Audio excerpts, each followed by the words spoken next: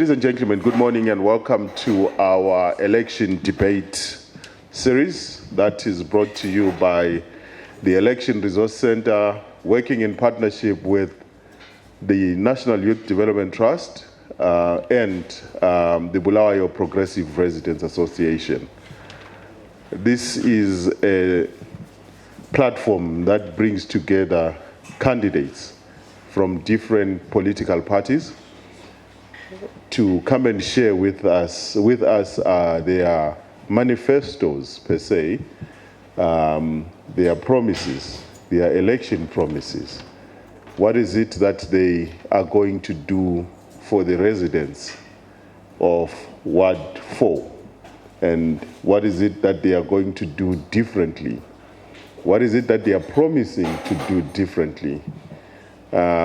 We are hoping to hear from the candidates this morning. We are also hoping to get the opportunity or to give the opportunity to the residents themselves to ask questions, to inform candidates on what their expectations are as residents of Ward 4. We are also hoping that in this exchange, we will experience and exercise a lot of tolerance. That we will be able to allow everyone to speak and to speak freely. We'll be able to give everyone an opportunity to express themselves. Everyone who wants to speak must be allowed to express themselves freely. We conduct these meetings with a view that they are a platform that will allow all the candidates from the different political parties an opportunity to express themselves without being stopped from speaking, without any form of harassment from the audience. So what we are appealing for this morning is tolerance.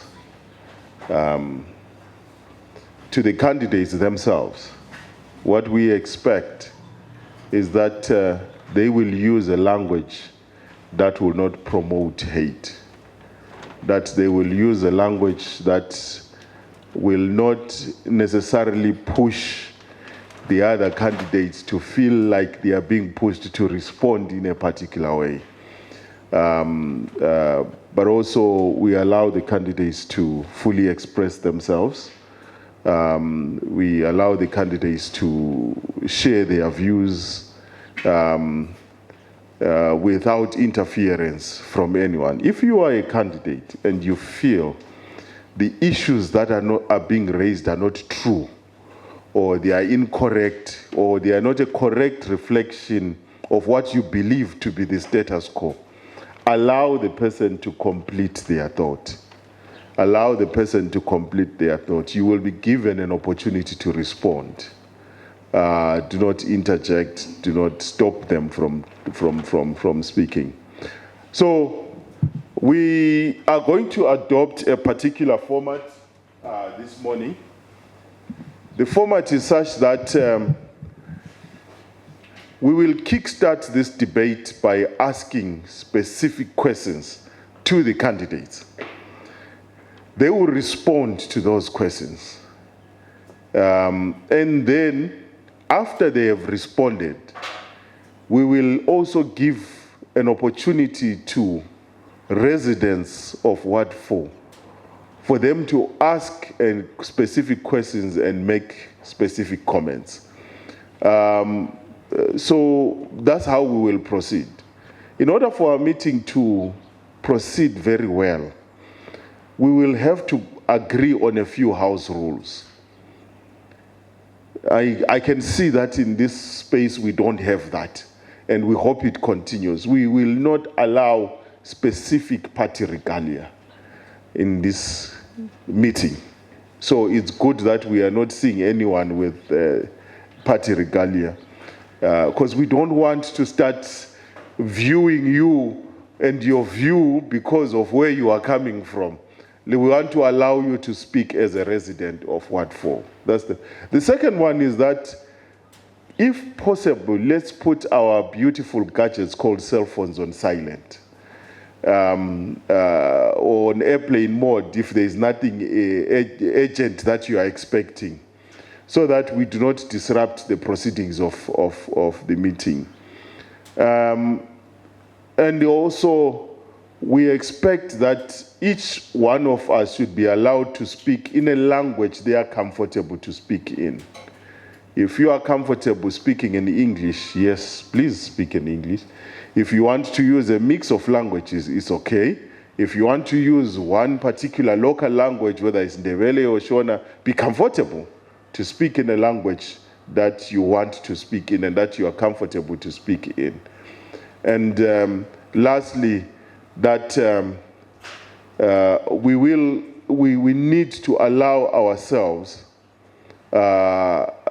to be able to hear all the speakers as they speak, by at least reducing the noise coming from the audience while they. So basically, I'm asking us to listen to each speaker and not make noise while the speakers are speaking, so that this meeting can proceed well. I forgot to introduce myself. So my name is Liberty Pepe. I'm the chairperson of the National Youth Development Trust, one of the organizers of this event. At this point, we are expecting 4 candidates from the 4 different political parties that have put in, or that were nominated to stand. So we are expecting a candidate from CCC. I think he's already here. We are expecting a candidate from ZANU-PF. He is on his way. We are expecting a candidate from NAP, and we are expecting a candidate from MDC-T. So I will give the 2 candidates who are here this morning an opportunity to introduce themselves. So please, in 1 minute, introduce yourself, the political party you're coming from, just that. Just you introduce, we want these people to know who you are, and the best way to do it is for the candidates themselves to introduce themselves. So I don't know who wants to start. Okay. Good morning, everyone. Good morning. My name is Chabalisa Bothwell Mwinde. I'm representing MDC-T. Thank you, Mr. Bebe. Good morning, everybody. My name is David Coltart. I represent CCC.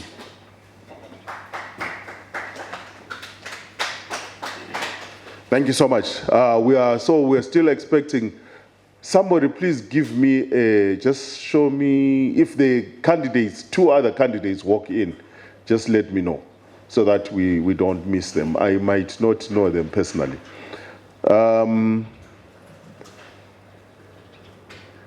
I need, in 2 minutes, just for the candidates to unpack to us what is their understanding of the challenges that we have in this ward. What is your understanding of the challenges that the people in this ward can face? And I'm making the assumption that when you were nominated as a candidate, it was because you were pushed by an observation of certain challenges that are within this ward. And what are the opportunities that this ward has that we can exploit, that we can make use of? So that is the first question to the candidates. Don't give us your promises yet. Just give us the challenges and what you identify as the opportunities within this ward. Mr. Mwinde, do you want to start?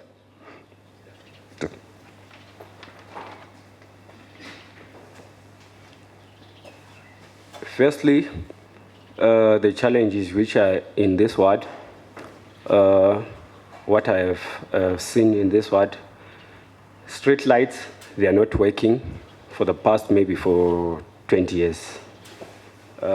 Water, problems is the big challenge to this ward. If there was balls to be drilled, I think the community will be helped in this ward.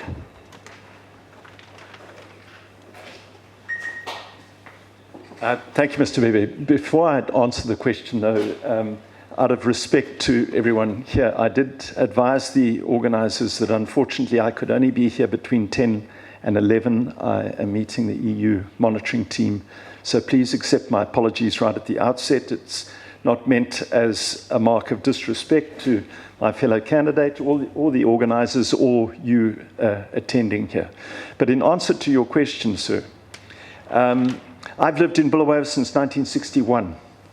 And I have seen this magnificent city of ours deteriorate during this period, particularly the last 30 years.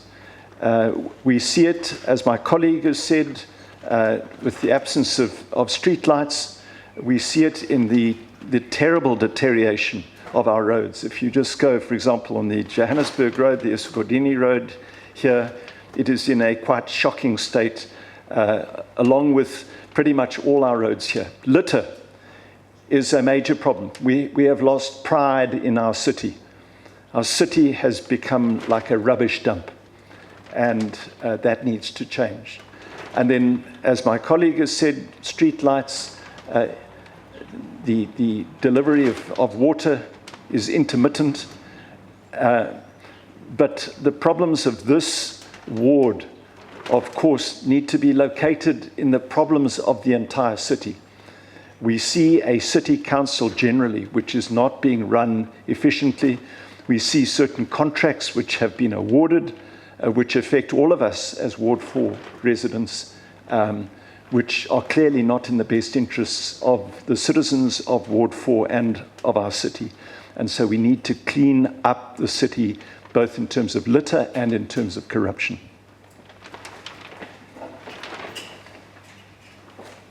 Thank you so much. I'm hoping you understand where your candidates are in terms of the challenges that they have identified as the challenges confronting this ward. My next question to them is, given these challenges that you have identified, we will come back to each one of them just to go deeper into it. Given these challenges that you have identified, what are the 5 things? I'm saying 5 because we want 5 to be the maximum that you are promising people of Ward 4, residents of Ward 4, so that when they look at you, when they meet you in the streets, they can say, Senator David Coltart, you said you will do 1, 2, 3, 4, 5 things. Mwinde, if you are elected, you said you will do 5 things. How far are you with those 5 things? So we want you to highlight your 5 issues or 5 promises, to the electorate in Ward 5, which are tied to the issues that you think are central to the concerns, to the challenges of the people in Ward 4. So I'll give you 2-3 minutes each to give us those 5. If you have 2, don't be under pressure, give us those 2, okay? If you have 3, just give us those 3. But I don't want us to exceed 5, so that the people here can easily remember those 5 things. Even if they say to you, okay, do 1 thing a year, you will be able to deliver on those 5 things. So, Senator Coltart, let me give you the opportunity to start. Thank you. Thank you, Mr. Bebe. So number 1 is communication. That's what I promise. I believe I'm a good communicator. I'm on WhatsApp, I'm on Twitter, on Facebook, Instagram. I have always communicated well with people, and I respond. I respond to email. If you send me an email, I respond. Secondly, I undertake to work efficiently. I think my life has demonstrated. I've run a law firm efficiently. I set up the Bulawayo Legal Project Centre. I started Petra College. I've been chair of Petra College for decades. It is an efficient organization. When I ran the Ministry of Education, it was run efficiently. So that's number 2. I promise efficiency. Thirdly, I promise that I will deal with corruption. I'm 65 years old. I have conducted my own life without corruption. The money that I have earned correctly. I've paid my taxes over 65 years. When I ran the Ministry of Education, all the institutions that I have run in this city, I've run properly in compliance with law. So number 3, I offer you a person who will deal with corruption, who will not take 10% bribes, who will deal with your issues without seeking favor from you. And I think those 3 are my 3 promises. Thank you. What I will do when I'm being elected to the office, firstly, we will drill the bores for the community. Secondly, we will deal with street lights because they haven't been functioning for the past 20 years. So street lights, that's number 2. Number 3, we'll deal with the corruption. I think I've got only those 3 major things which I will deal with them. All right, so thank you so much. The good part is that the election promises are moving in a very good way. Because they are similar, you know. so it means that the residents of Ward 4, once they elect, they know that between these 2 gentlemen who have made it this morning, they will deliver what they want. So I want us to go a little deeper on 2 of the things that they mentioned. So corruption has become a big issue in our city, in our nation. But I want us to confine it to our city. Because this morning, these residents who are here are more concerned about the corruption that affects them on a day-to-day basis. And it's been touted in various contracts that it has been said that there is corruption in the awarding of tenders, there is corruption in the allocation of land, there is corruption in the way, you know, local authority is able to generate revenue. In one meeting yesterday, somebody said, no matter how much you charge for littering in this city, we will always pay half because we will pay someone. So if you charge $50, we'll pay $10 to the guy who is supposed to monitor or to effect the arrest for me for littering. So I can always pay less. How do you propose we can deal with the problem of corruption in this city? To be specific, over the past few months, the residents of Bulawayo have been crying about the parking tender.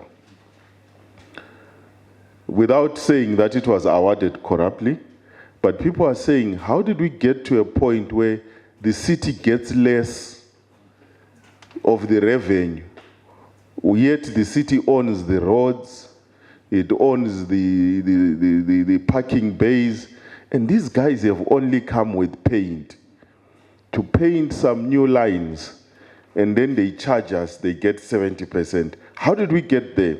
To me, it speaks to 2 issues. One, it could be that our council is not strong enough to negotiate a good contract, or that there was something in. So how do we deal with that kind of corruption?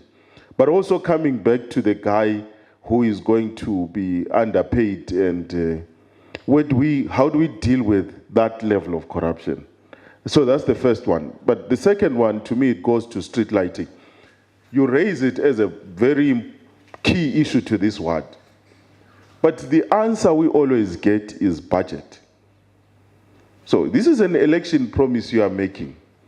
How do we get the street light? So that when we come to you and say, you said you will deal with street lighting, you don't give us the answer we have already been given before, that there is no budget. Where is the money going to come from? For drilling boreholes, where is the money going to come from? Because we are in a season where we are saying, no, let's not make election promises so that we know we have an excuse for already, okay? So how are we going to finance these promises that we are making? So those are the two questions. Yeah, a counseling kule mali okuthiwa retrenchment fund, which is supposed to come back to the community. Imali liyana ingabuya, the community decides ukuthi imali le si drille ama balls or siyenza ama street lights, bona baza kutsho ukuthi bona bafunana ekuqaliseni kwakhona. So I think ukudrilla ama ball lama lights konoko imali yona le ekhona ecounselini ebuya back to the community iyayenza izinto zona lezi. Corruption? How are you going to deal with that? Yeah, corruption as a council kuyakumele ukuthi sibumbe imithetho eqinileyo yokuthi abantu labo abaphansi bebekwazi ukuthi balama councillors are strong who can defend ukuthi whether ngama tenders aphumayo i-council ikubone ukuthi akula corruption khonapho.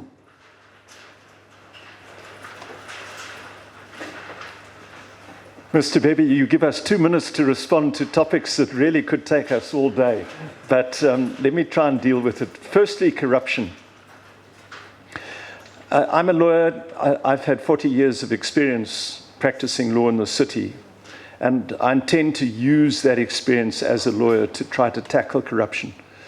And what one needs to do, first of all, is to conduct a review of all the contracts that the City Council has entered into, to understand how they were entered into, were the correct tender processes followed, who benefits from those contracts. And once we've done that review, to where possible in terms of the law, either to enforce the strict terms of that contract or to cancel them if they're clearly entered into corruptly. Then, secondly, one needs to understand that corruption actually stems often from the top, how your leadership portrays. What standard do you expect, for example, of councillors? I intend conducting, if I've got any influence over this matter, a review of the allocation of stands and the like to councillors themselves, starting with councillors. This is meant to be a service position. Councillors are there should not be there for self-enrichment, but to serve their communities. So that's the second point.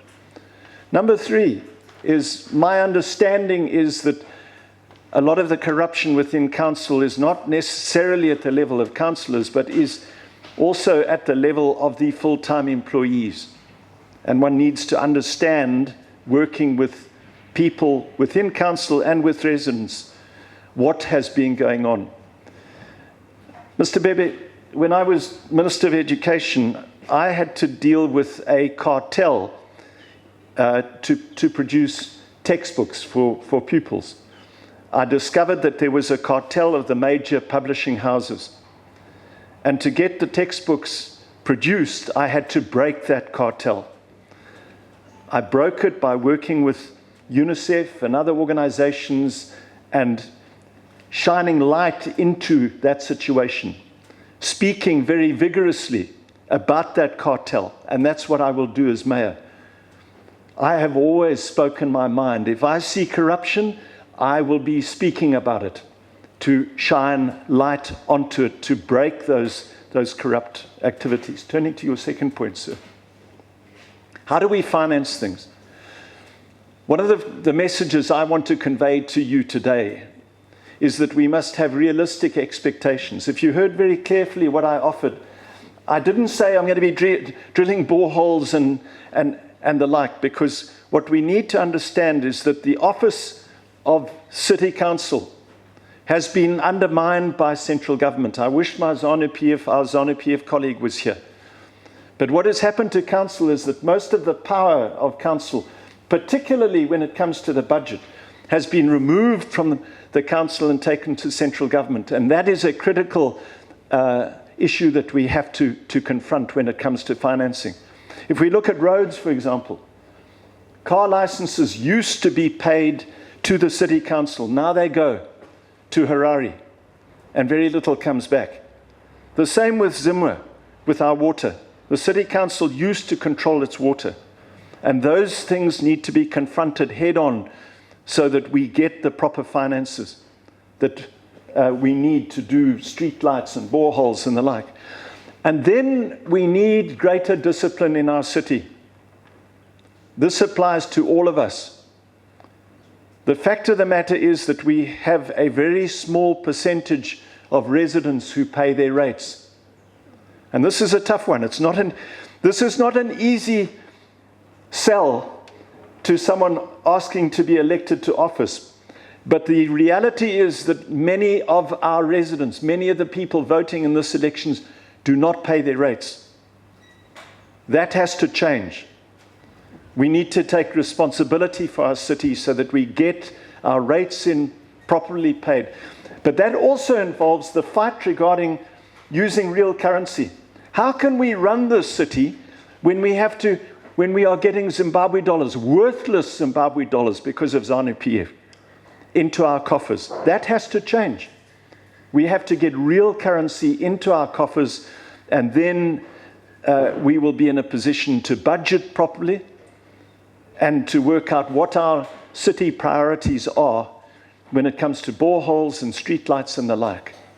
But that is just the beginning of how to tackle your questions. Thank you very much. If you just walked in, we are waiting for, I'm not sure if I know the person, Minias Mpofu. If they just walked in, or they're among the people that walked in from ZANU-PF.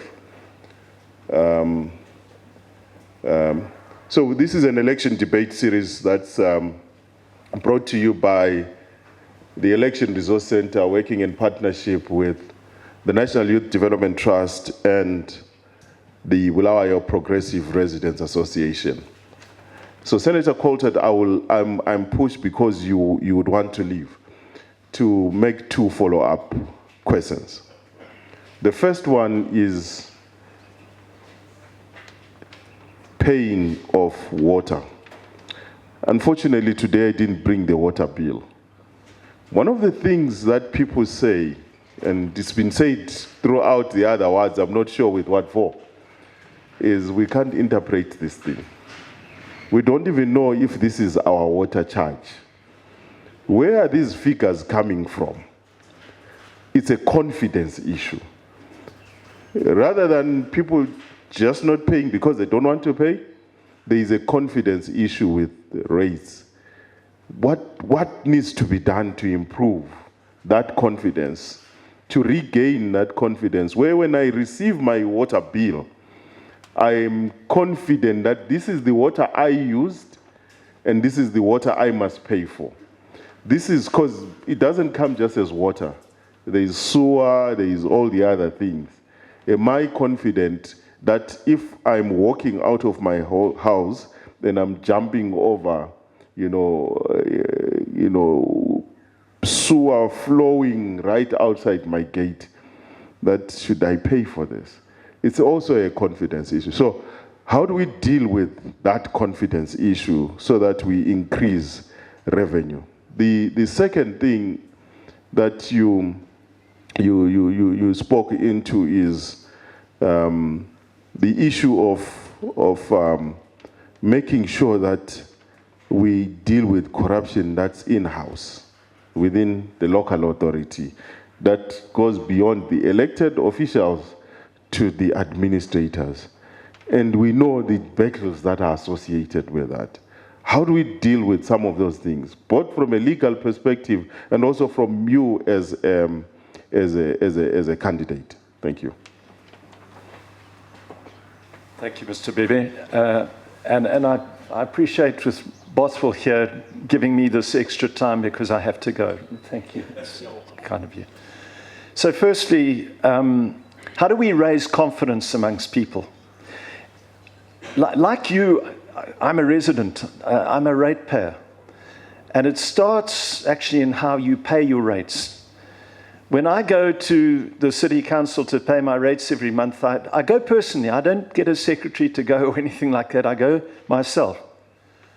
And I met with long queues. When I try to pay electronically, for example, I can't pay electronically. I try to pay through the internet, and then I find that it's not reflected on my account, and I've got to go in to take my bank statement in to show the city council. That must change, and that comes down to management. It's simple management. The city council has to work like a business, like any other business in our city. If you pay your internet, you can pay online. Why can't we do that in the city council? I don't understand. But then your specific point about raising confidence regarding water bills, a lot of this comes down to communication.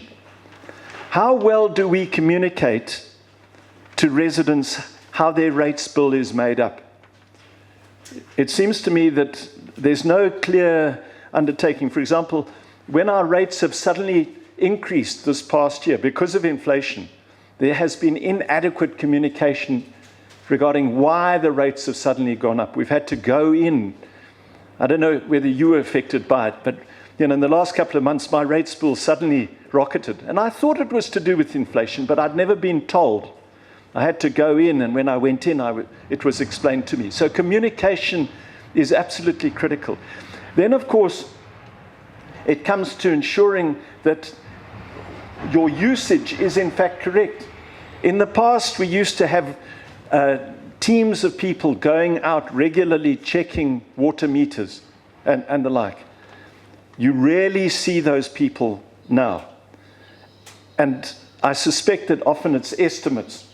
And people don't like estimates. They prefer to have actual figures. So I'm not in council. I don't know, and I'm not going to make any promise in this regard. I don't know the logistics, but it's certainly something that we've got to look at to see how accurate are our recording mechanisms.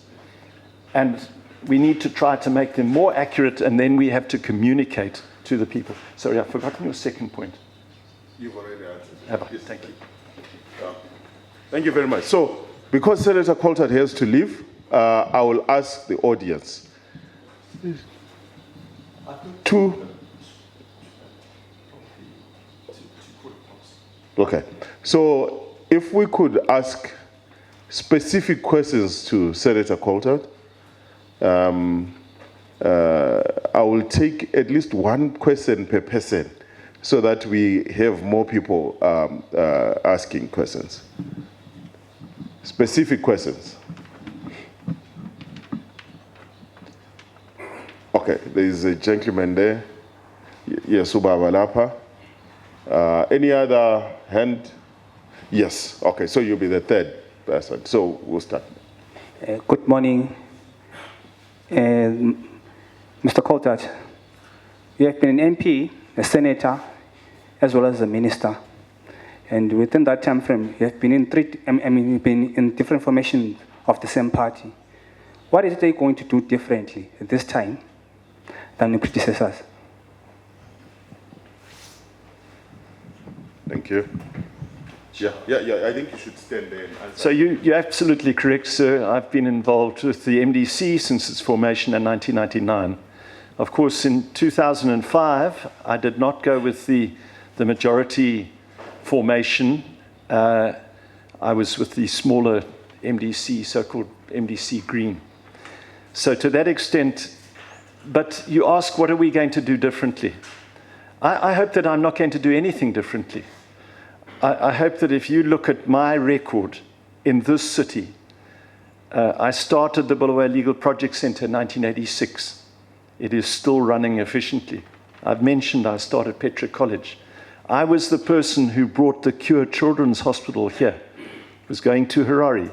It is there. I don't take credit for its running, but I was the person who brought it here. When I was Minister of Education, I was the one that got Kumalo Hockey Stadium done as a priority. Magamba in Harare has still not been rehabilitated like Kumalo Hockey Stadium. I was the person who got the funding to redo White City Stadium, the athletics track at White City Stadium. So what I'm saying is that I'm not offering you promises in a vacuum. I can demonstrate over almost 4 decades of someone who has done things. And so I'm not saying that I'm going to do anything different. I hope I don't do anything different. I hope I can continue what I've done in the past. And then when I was Minister of Education, I believe objectively I delivered. The textbook pupil ratio when I took office at best was 15 children to 1 textbook. When I left, it was 1-to-1, with every child in every subject having their own textbook. And we got schools reopened, and we got teachers back, and we had much better morale. And I tackled things within the Ministry of Education. You know, the first day I arrived in the Ministry of Education, the lift wasn't working. Ridiculous. At Ambassador House in Harare, 14 stories up to my office. Within 2 weeks, I'd got that lift working, and the toilets cleaned. Right? Right? So what I'm saying is we've got a great mess here. I am a doer. I will continue doing. Things will not change. Thank you. Next question, Bongo Baba. Where's the mic? Yes. Thank you. Mr. Coltart, you are cabinet material. If the CCC won the elections and they say they wanted you back as a minister, would you then abandon us here in Bulawayo? Thank you, sir, my old friend. I have had this discussion with Nelson Chamisa. I need to bring you into a confidence. So in the run-up to this election, I was asked by Mr. Chamisa and others, what do you want to do? And my response was, I've been out of government for 10 years. I'm now a Kulu. I have 7 grandchildren, 5 of whom are in this city. My law firm, having been abandoned for 15 years, was not in a good state. I needed to work very hard to get it back to a level I was happy with. And I said, because of that, I don't really want to be going to Harare. Put me on the Senate proportional representation list at number 6. My name will be associated with the party, but we won't get 100% of votes in Bulawayo, and I won't be elected. And Mr. Chamisa said, you're not getting off so lightly. All right? And he said, won't you stand as councillor so that we keep you in the system? And if you win, and if the CCC wins, we will support you to be mayor. So that is the background to this. Now, I have had this discussion because, for example, in education, although I'm a lawyer, I have a great heart for education. But we recognize that if you put me up as a councillor and then suddenly take me out, you're going to destroy the goodwill of people. So even if the CCC won, I think it would be deceiving to immediately pull me into central government. It's not that that might happen some way down the road. Let's not count our chickens before they hatch, right?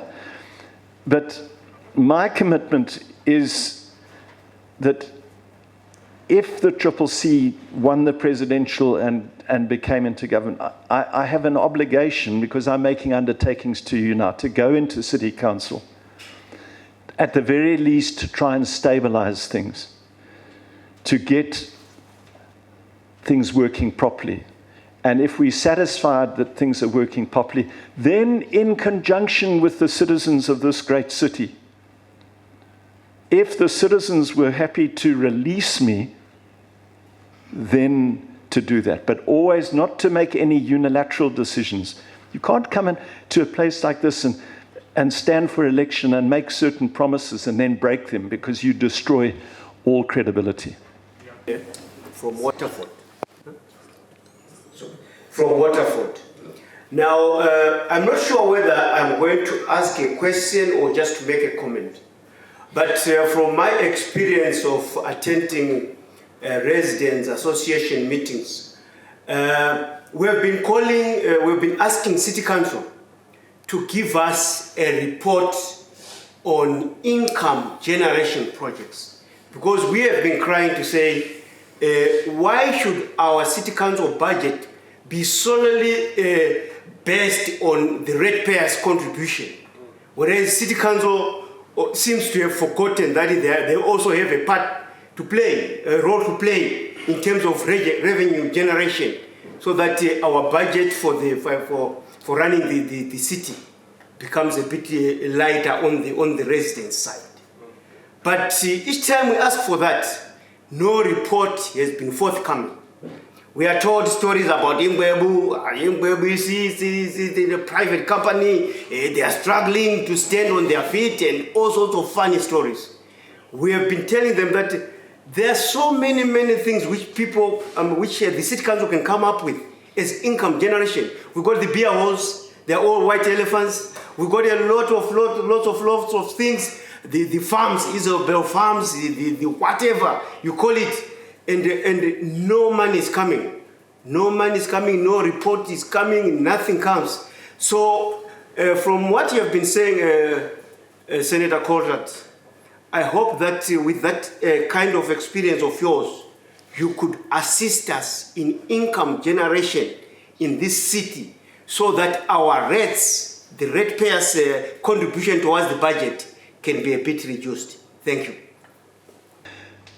The point that you make, sir, is absolutely correct.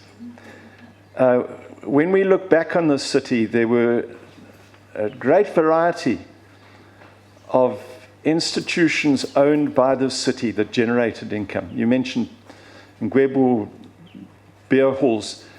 Think about Hazelby Farm. When you fly into Harare, into Bulawayo now, and Hazelby Farm is just being used by cattle.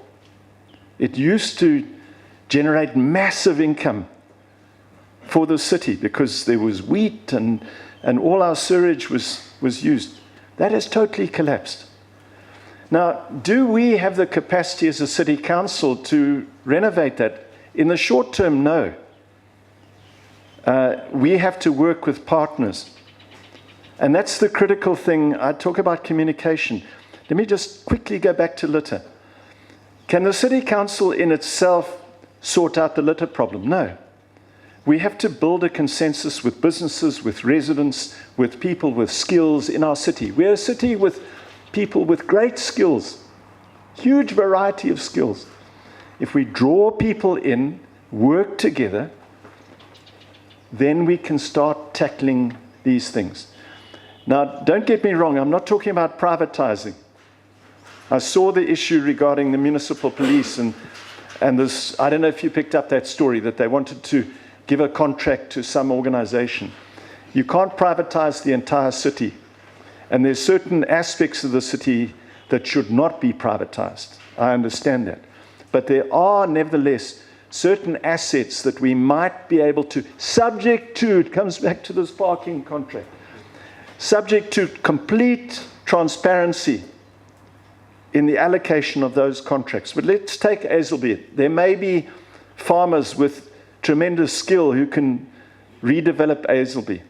Subject to any contract like that being put out to tender, a transparent tender so that the best organization wins, and the contract being made available to all the citizens of Bulawayo, then we might be able to get places like Hazelby and Ngwebu and other institutions working.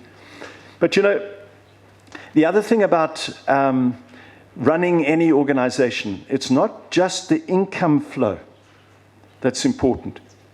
It is also the expenditure side of things. How are we spending the money that we have? Are we properly prioritizing? Are we satisfied that the money is properly spent and that we're getting value for money? That needs to be looked at very closely. It's not just the income flow, it is also the expenditure side of things. Thank you so much, Senator Coltart. While you think of which is going to be my last question, and also towards your closing statement, I'll allow Mr. Mwinde just to respond to any issues that you think were raised during the question and time with Senator Coltart, that you think are issues that if you do not respond to, we might miss them. But Senator Coltart, to me, Bulawayo was known as the industrial hub of Zimbabwe. Our industries now are churches. I'm not saying we need to go back and reopen those industries. Maybe we need to rethink the kind of new industries that we need. But it's an issue central to the people of Bulawayo, that Bulawayo's industries are dying. Some companies are relocating because of the water issue, because of a whole number of issues. Central to that is Bulawayo used to be known and is still known as Wontutu Ziyathunga because of the power generation and the towers that used it might not be the most ideal in terms of you know, as we move into a cleaner energy sources. But it talks about that capacity of Bulawayo to generate its own energy, to use its own energy, to capacitate its own industries. What, in your view, needs to be done to promote that kind of industrial growth? But before I have a few minutes for you to think about that while I ask Mwinde to just respond to some of the issues that were raised. Yeah, okunye ubaba Coltart awukhulumileyo ukuthi nxa singabambana as people of Bulawayo, because ukhulumile ngendaba yokuthi kulabantu abanama skills but abangakwanisa ukuthi sincedisane ngendaba ye city council kule farm ekhona lama beer halls akhona nxa abantu singabambana njenge counseling siyakhe uBulawayo simbisele back to njengama councillors sisebenza futhi lezakhamizi zakobulawayo. I think uBulawayo uyakwanisa ukubuyela abe nguNtutu Ziyathunga abe lidorobho elismart eliyazakala vethi lali smart. Yawa.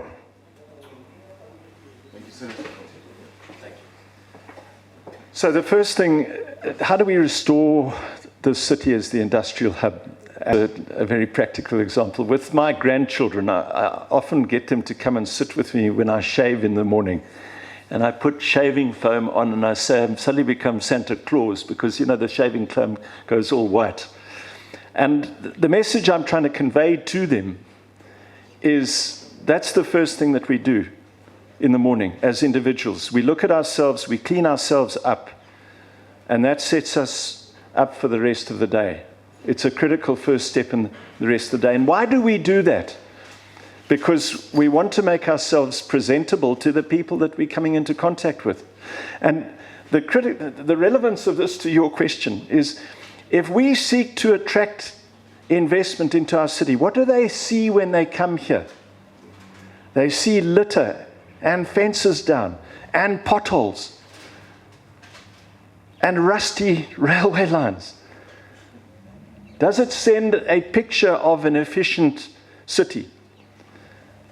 And even the mayor's office and the city council, is it focused on making our city a place that is a place where it is easy to do business?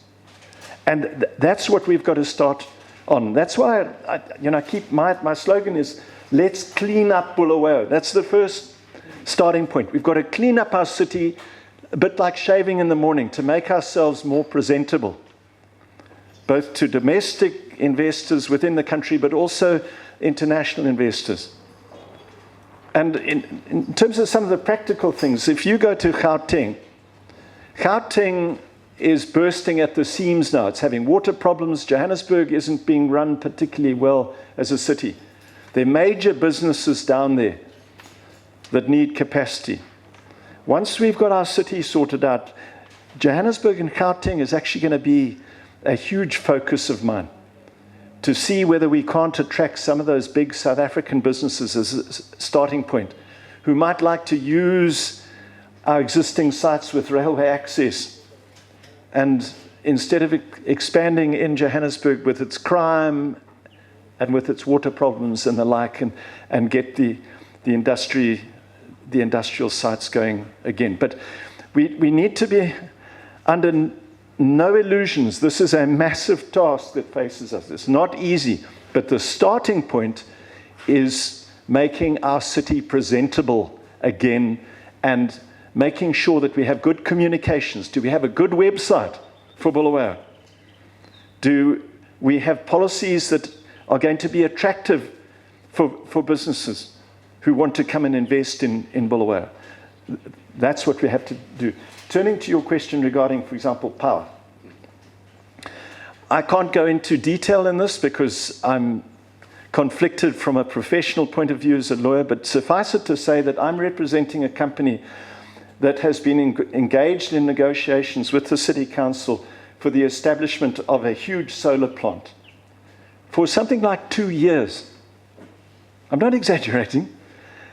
This is a company that has ties with the international community that wants to set up a massive solar plant. We have not been able to get this contract underway for reasons I still don't understand. We need to cut red tape. We need to get things like this going. You know, there is a huge amount of interest in solar energy, particularly in the West. There's massive international funding for that. And once again, if we make the city, we've got vast tracts of land within the city and immediately outside the city, which are not particularly good for agriculture. If you think of Kensington, and it's not good land for agriculture. You've got massive land there that can be huge solar farms for the city and even beyond. But investors need to have confidence in the people running the city. I saw that in education. In education, I was able to reach out to a wide variety of international organizations. And when I made it clear that there would be no corruption, that there would be efficiency, that there would be openness, that money flowed in. And I believe that that money can flow in for the energy sector in Bulawayo, but also for industry generally. Thank you. Thank you so much.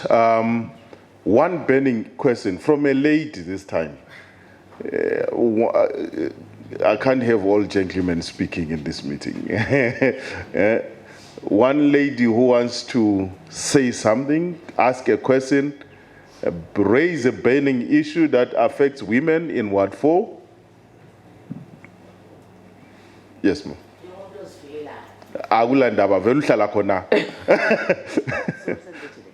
Okay. Hello. I wasn't there at the beginning, but my issue is on health and safety for women in general and women with disabilities. We have this hospital which is around us here. It's doing nothing. Yeah. And during the difficult times, we have to go to UPH. Yeah. Sometimes it's too busy. Yeah. Yet we are living a hospital, functional, big space here. Space here. What are you going to do? Because it's either you go to Mary Clinic in town, or you go to UPH. During the weekends, they are not functioning. Yet they take a few. If this one was also taking a few, that would help us from going to UPH. And UPH doesn't treat most of the children. He says this was go to Mpilo. maybe if some of the things could be done here near us, what are you going to do? Whoever, all of you who have been saying you are doing something for us when you get into power, what are you going to do? I think to expand on that question, I think also, Mwinde, you will have to come in there. To expand on that question is, health facilities in the city are collapsing, both the ones run by the city themselves, by the city itself, sorry, and the ones that are run by government. But we need to do something. What can be done, Senator Coltart? And Mwinde after Senator. Because I'm hoping you will also give us your closing statement, because it's almost quarter past. Yeah. Once again, I apologize, I have to go. Mama Kumalo, how are you? Yeah. You raised the issue of eSekhuleni. I need to remind us, do you remember in 2018, there was a huge function at that hospital? Yeah. Mr. Mnangagwa came to it. That's true. Yeah. And he came with some Indian doctor, and it was going to be opened. That's fact. Those who have memories remember. Promises were made. It still is a white elephant. Now, the problem with that particular hospital is that it was built in memory of Joshua Nkomo. It is controlled by government. It's not controlled by the city council. But we can make noise about it. It cannot remain a white elephant. It's right in the center of Ward 4. It was built 20 years ago. It must be changed. But the only way we can stir central government is to remind them of their promises. It probably needs to be privatized, I don't know. But the point is that I come back to the central thing, ma'am. You weren't here earlier. We need to have realistic expectations of what the city council can do. The city council has a limited involvement in health. But what we've got, we can analyze and try to sort out as best we can. But I think that the critical thing that a councillor can do is to raise concern about institutions like that they aren't working properly, and we need to get them working properly. Not just make empty promises. I'm not going to make an empty promise today about that. I promise to work hard if elected. I promise to communicate. I promise to raise this issue. But I cannot promise you, ma'am, that will be sorted out, because it's beyond the control of the city council. But in terms of my closing address, I'm not presumptuous in any way regarding your votes here. It is wrong for any person to be presumptuous. I simply ask that you consider carefully what I've said today, and consider carefully the institutions that I've spoken about, that I've been involved in. If you think that there is truth in what I've said, then I ask you to give me a chance by voting for me on the 23rd of August. I say that out of respect for my colleagues. Everyone standing in this election undoubtedly is genuine, but compare my track record to theirs and then make your decision. Thank you very much for your attendance, and I apologize once again for having to leave early, but I did make this commitment before I knew about this debate. And I thank the organizers for availing this opportunity. Thank you, Mr. Bebe, and thank you, my colleague. May I be excused, please? Yes. Thank you so much. Thank you, Senator Coltart. Please let's give him another round of applause. I still haven't gotten any new information regarding the other two candidates that we're waiting for, one from NAP and the other one from ZANU-PF. But I think we still have Mr. Mwinde with us here. I need us to raise, these are issues that we're capturing also on video, so that one day we will come back to these candidates and say, we asked specifically these questions.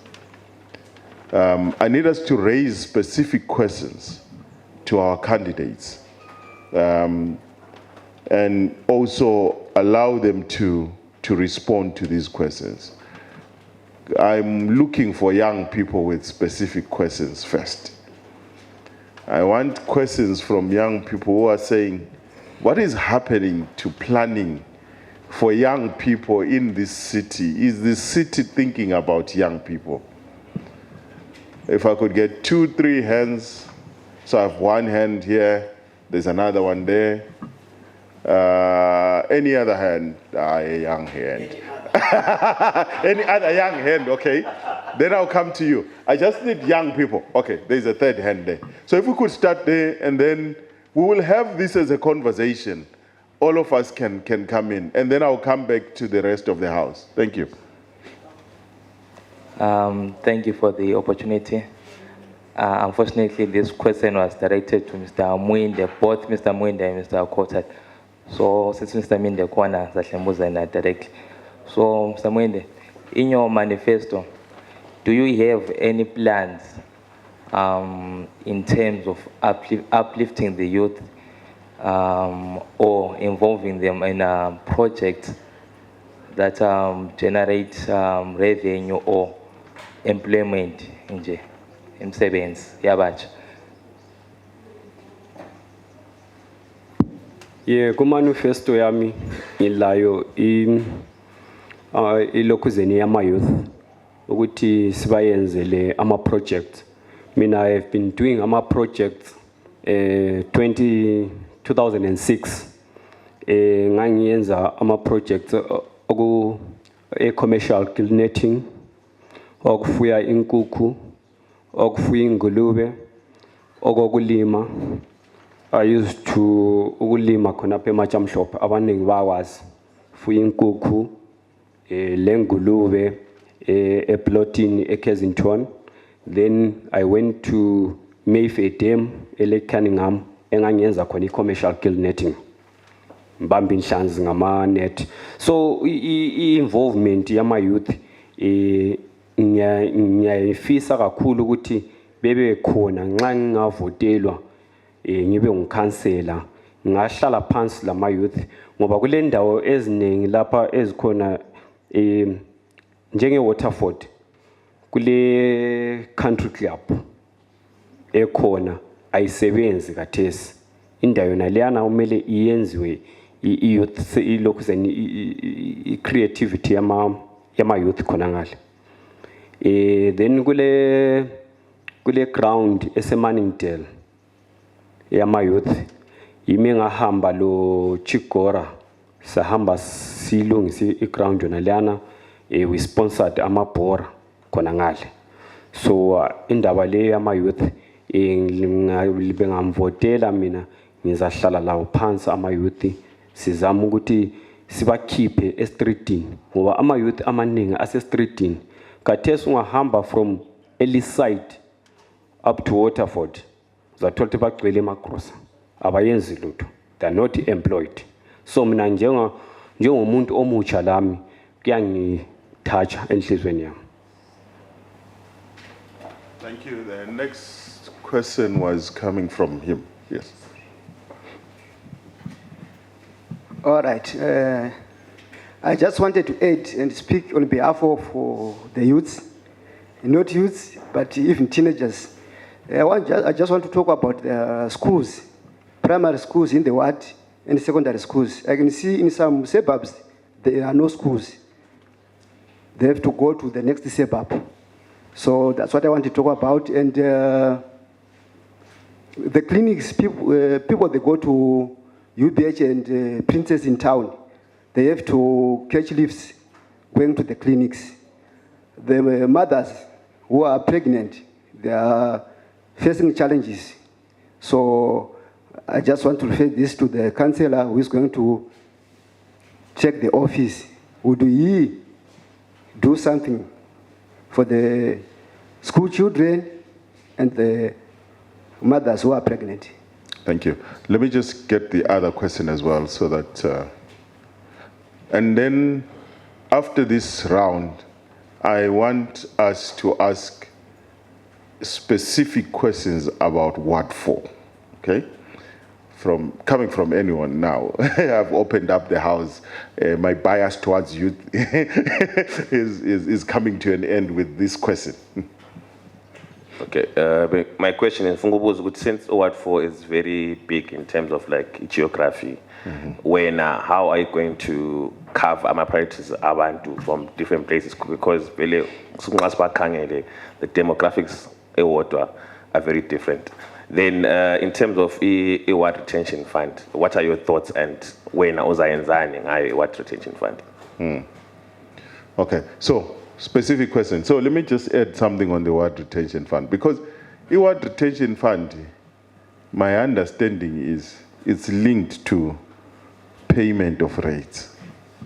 So how are you going to make sure that your residents in Ward 4 are confident in repaying rates so that they understand the relationship between their paying of rates and the Ward Retention Fund? Yes. As it is gatesu ungakhangela gatesu ungahamba city council uyekhangela ukuthi bangaka abalezikwerede ku Ward 4. We are told ukuthi baningi and they are owing millions of dollars.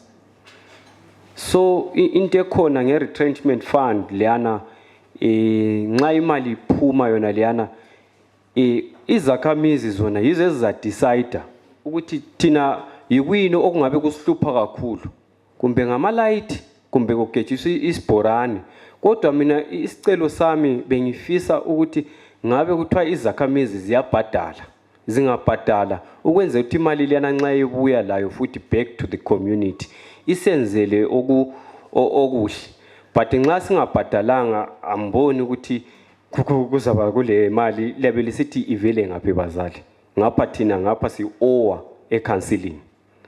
Then sengizabuya kumbuzo wakho Mr. Chadororo. Indaba yezikolo mina ngifunde Waterford Primary School grade 1 up to grade 7. So bengikhangela nje abantwana ezikolo uyawathola ukuthi abanye Waterford le Lockview uyathola ukuthi umntwana uhlala logogo ugogo kakwanisi uyaswela. So lami nxa ngingavotelwa ngibe ngikhansela sizahamba ezikolweni zona lezo sikhangela abantwana abaswelayo ukuthi bathengelwa ama uniform bathengelwa ama books. The other question was on making sure that the suburbs have actual schools. Like indaba yokuthi bathengelwa ama uniform lama books is siyakwanisa lama partners, we have got churches lama donors lama well wishers abantu ababuya ukuthi hayi lapha councilor singancedisana njani, then siyakwanisa ukuthuthukisa isigaba sethu. Then sesikhangela futhi ukuthi isigaba sethu ubhuti uke wakhuluma ukuthi isigaba sethu sikhulu Ward 4 ukuthi abantu sizabafinyelela njani. Kodwa okusalayo ukuthi kuyamele sibafinyelele loba sisikhulu sinjalo ukuthi sikhangele ukuthi kathesi siyenze eWaterford akumelanga ukuthi siyenze eWaterford kuphela, kumele ukuthi sikhangele Sobom Park, sikhangele iBenside, sikhangele ilokhuzeni iAscot, sikhangele iNast, sibhoda izigaba zonke zona lezo. Yabo. Siyabonga. I'm taking my last round of questions. Kulobaba lapha ngiyakwazi uyachiseka number 1, number 2 ngale muva. Anyone else ochisekayo othi there is an issue in this ward engeke ngikhambe ngingayikhulumanga ngayo. This specific to this ward. Kulomama lapha. Anyone else? that will be the last round of questions. So I will allow you to ask the questions, Pendula Gawani, and then we move towards the closing our meeting. All right, thank you very much, Mr. Facilitator. Prospective Councillor Mwinde, you mentioned three burning issues or main items for us to vote you. You said borehole drilling, street lighting, and corruption. Now, when you were expanding on your promises, you said you were going to finance street lighting and borehole drilling from the 3% water retention allowance. Is that feasible, Sibyl? You can finance borehole drilling and street lighting from 3% water retention allowance? Because as it stands at the moment, we have no street lights, we have no boreholes, and that kind of stuff, because the money is not enough. It can hardly do that kind of job. So I want to know where you are going to get the money from. The second one is corruption. You said you're going to be fighting corruption, and I want to know how. Thank you. Bogulo Mamala.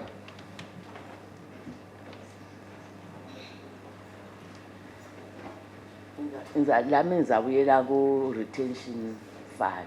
Okay. Ukuthi ubone ukuthi siyasuthiseka thina izakhamizi ngendlela osebenzisa ngayo i-retention fund uza kwenza njani njengoba isigaba sakho sisikhulu ukuthi sazi sibili ukuthi i-retention fund isebenzela thina ayisebenzeli wena ukwakha indlu yakho wenze njani isebenzela thina uza kwenze njani, because that is what the problem is. Uyazenzela wedwa as councillor, ungazenzela wedwa as councillor, uyazakhela indlu yakho ukuthi thina lathi sibe involved ukuthi sibone ukuthi i-retention fund. Give us your plans. I think this is a very critical question.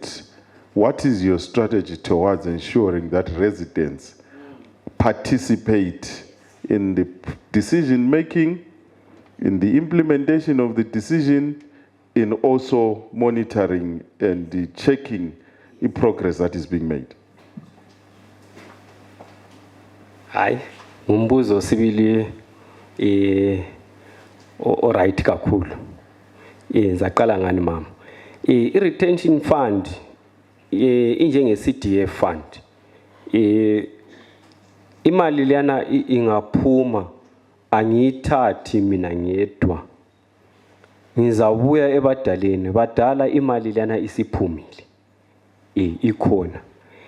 Nxa ikhona njalo abadala sesihlala phansi ukuthi hayi i-first priority yethu ilokhu esifuna ukukwenza ngemali yona leyo. Ngibona ngani kulama resident chairman they will be involved labo secretary babo ukuthi imali leyana isetshenziswa njani. Ayisikho ukuthi mina imali leyana ngizathatha ngihamba ngiyidraw ngibe sengithatha ngiyifaka esikhwameni sami, hatshi. Then ngibuye kini baba ngendaba yona le ukuthi ngizalungisa ama street lights nge 3% yona leyana.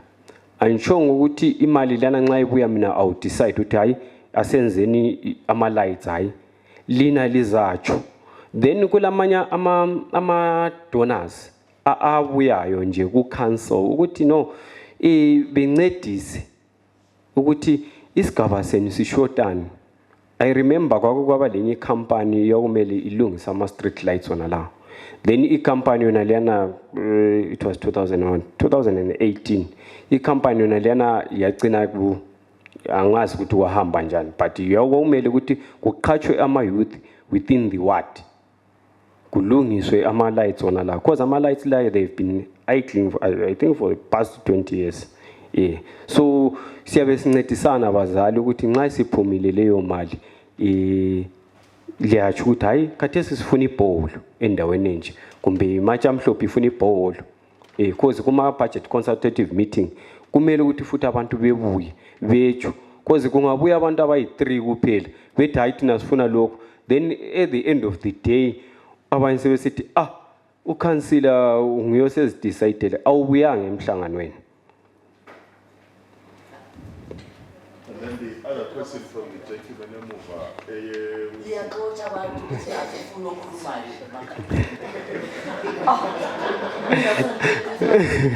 okuhlalisa abantu is that direction yakuthi abantu ukuthi when uyakhuluma kakhulu hayi asikufuni. Hayi mina as far as I know ama-budget consultative meeting wonke amaningi lapha eMatshamhlophe izakhamizi azi-attend. Uyathola kumbe kule 3 4 ubanikile isikhathi uthi hayi bazali kule budget consultative meeting kababuyi ababuyile bengayenza i-decision kufanana iparliament ingaphuma outside beseyenza imithetho kungabuya abantu abayi3 bawupasisa umthetho nalo libe sesithi thina asitshelwanga hayi awu-attendanga i-meeting. Ngiyakhuthaza ukuthi bazali libuye kuma-budget consultative meeting wona la aqakathekile ukuthi imbono yenu izwakale. Since you are coming from the same party, what new thing are you going to do, or how are you going to do things differently? Okay. Mina ngiyakuzwisisa khonokho ukuthi njengoba ngisuka ku new party ku party yona level ekade khona lami mina lingamvotela mina njengokhansela izona lezi izinto lami engilithembise zona ngizazama ukuthi ngizigcwalisise. Sicela wazi party yakho umntwana iphathe ngiyo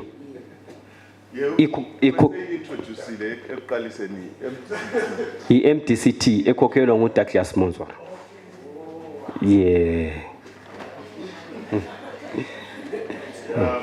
So yes, you answered something. Yeah. Corruption. Corruption. Okay. I-corruption kumele ukuthi abantu nje esigabeni abantu befundiswe ukuthi kule zinto like ungakhanyela uhamba nje emgwaqweni kule misika yona le khona ukuthola ukuthi amapholisa kumbe abuya kwampa abantu bathengisa izidakamizwa zonzana ukuthengisela abantwana abancane labadala uthola ukuthi amapholisa ngabuya bafika bebanjisa okuncane bebehamba sebechiya labana abantu lezidakamizwa zabo zona lezo. Into engifisayo ukuthi khona ukuthengiswa utshwala obuthengiswayo ezitreetini ngizafisa ukuthi mbuvale bonke bona lo by all means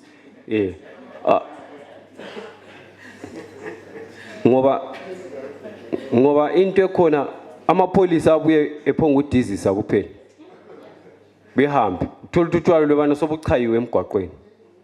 By all means ngizazama ukuthi kungabi lotshwala obuthengiswayo ezitreetini utshwala buyethengiswa eBokley store. Siyabonga. Singamsoli bakithi i-strategy sakhe. Thina njenge-electorate kumele sikhangele khona okhasitshele khona mhla ka-23 August sesiku-ballot box sesinikwe iphepha lika-council sesikhumbula izithembiso lokuthi izithembiso zakhona ziyafezeka na. Bengithi nje just as we move towards closing, can I invite the director of ERC to come forward and give us closing remarks? But as we move towards closing, enye into engizwe kwenye indawo which I think you need to consider as a candidate. Abantu bathi there is no sufficient information. Singakatsho ukuthi abantu vele ababuyi. But there is no sufficient information ehambayo ngokuthi kati i-budget consultation inini ingaphi sikhathi bani.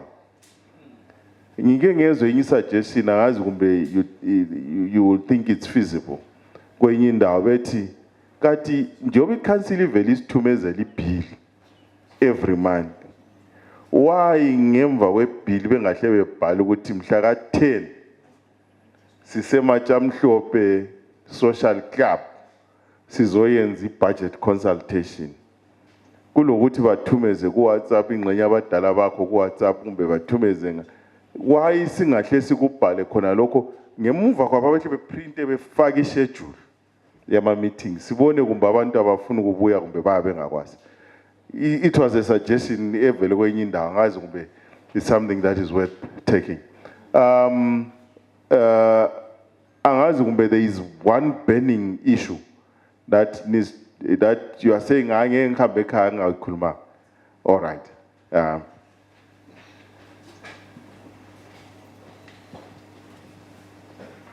Ngiyabonga.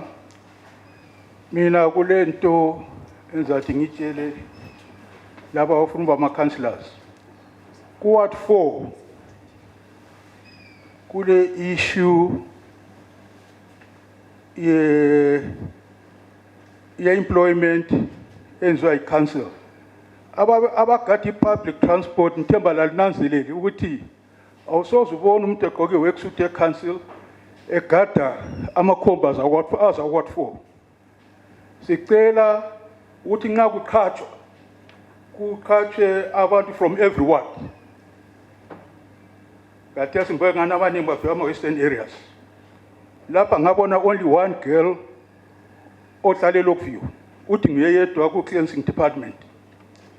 And then esikolo public schools Ward 4 sile 1000 ukuphela e-secondary. Angazi senanze ukuthi ezinye isikolo ezazi ngezamantombazana kumbe abafana kuphela seziyi-co-educational artists. Abantu abethu bafunda kwamanye ama-wards. Mina ngihlale eWaterford wonke abafana base-Milton, that's the nearest public school. Abanye sebesiya eMart North eTenson. Kanti i-Townsend angeke iliyenze ukuthi lamanye aba-form 1 bethu bakithi bezokungenela khona in the same ward. And then ngiyeqele ngale ko Bulawayo ama-rates bhatala khona likhatshana khona.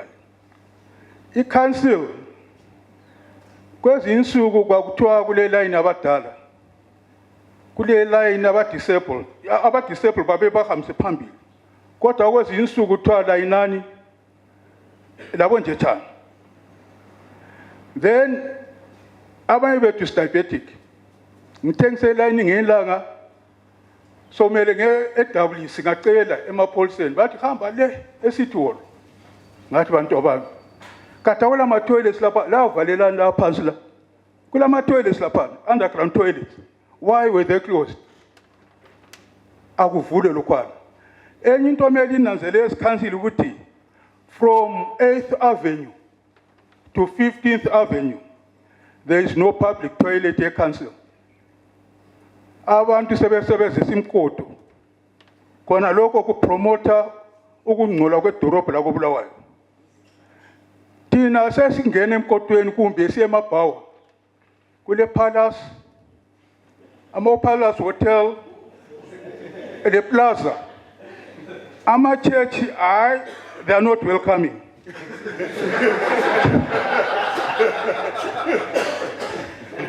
But ngase lisekhasi ngicela futhi likhumbule ukuthi thina sikhula ama-ward sasingasensi kakhulu.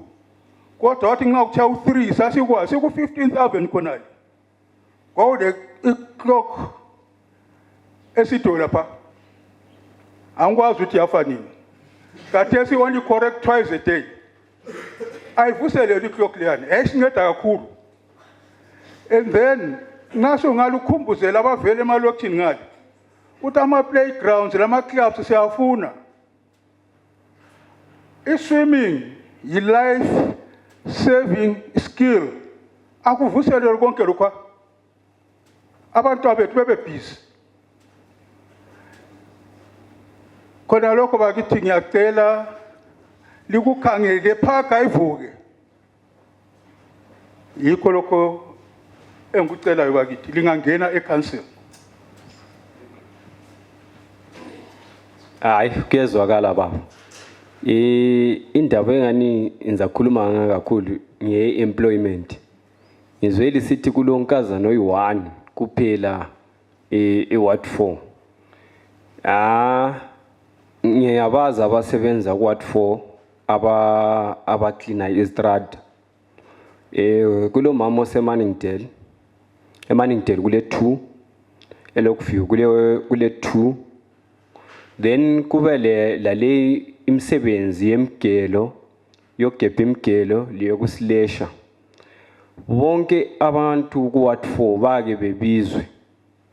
Ngahamba eWaterford bakhona ababenefitayo. Ngihamba eLokview bakhona ababenefitayo. Ngingena lapha kuboli side bakhona ababenefitayo. Ngingazi nxa ngakudingisisa ukuthi kumbe kulomuntu wemalokitshini lapho lami ngahamba kuba boTshikora hayi baba Tshikora abantu ba complain ukuthi hayi kulomuntu welokitshini but anzake ngimbone mina.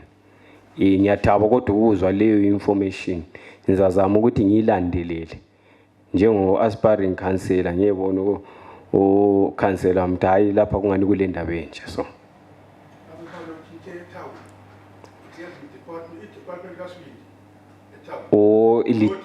lithi e-town. Ya e-town ngale imbona niyabe sewumele ingenelwe ngukhansela wakobulawayo we-town. Hayi kulungile nizazama umuntu omdala. Yeah. Meeting yethu it met my expectations ethu. I would like to thank ama-speakers wonke abuye phambili ama-candidates wethu sibonge i-platform yena le sitholile ukuthi sibazwe ama-manifestos abo lembono yabo lokuthi bafisa ukusenzelana. Mina khathesi ngizaphuma ku-urge to urge you ukuthi mhla ka-23 asambeni siyethi cast our vote and vote for the best candidate ozagcina izithembiso abasinike zona. Ngiyabonga.